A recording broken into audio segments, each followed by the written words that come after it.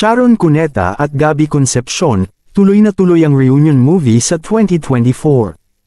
Hindi maipaliwanag ang saya na nadarama ng mga fans ni Gabby Concepcion at Sharon Cuneta, nang inaming nitong inilatag na ang opisyal na pelikula na kanilang pagbibidahan. Ayon sa isang reliable source, I am glad to announce that the movie of Sharon and Gabby are already approved. This time, mas pakikiligin nila tayong dalawa at kakaiba ang kanilang ipapakita. Ang tema po ng pelikula ay mystery at romance. Tiyak kaming ito ay inyong magugustuhan at gagawin ni Gabby at Sharon ang kanilang full force. Si Gabby Concepcion po ay isinulat ang ilang linya sa pelikula, kaya naman abangan ninyo ito. Ang pelikula ay tungkol sa 2 taong nagkahiwalay ngunit nagkita muli pagkatapos ng 30 years.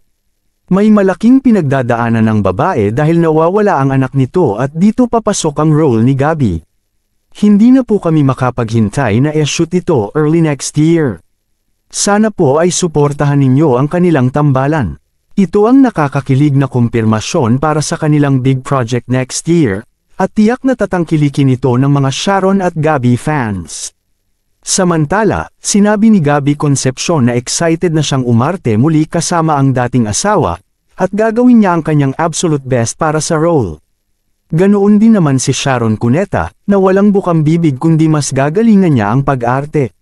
Suportado naman ni Casey Concepcion ang kanilang comeback movie, at hindi na makapaghintay sa start ng pag-shoot nito.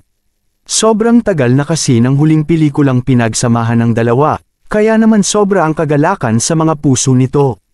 Samantala, wala namang problema sa parte ng asawa ni Sharon Cuneta na si Kiko Pangilinan, dahil suportado niya ito. Si megastar kasi ang nag-request na matuloy ang pelikula, dahil masaya siya na makagawa ulit ng masterpiece kasama si Gabby Concepcion. Sana ay maging matagumpay ang pelikula ng dalawa. Anong masasabi ninyo sa balitang ito? Maraming salamat.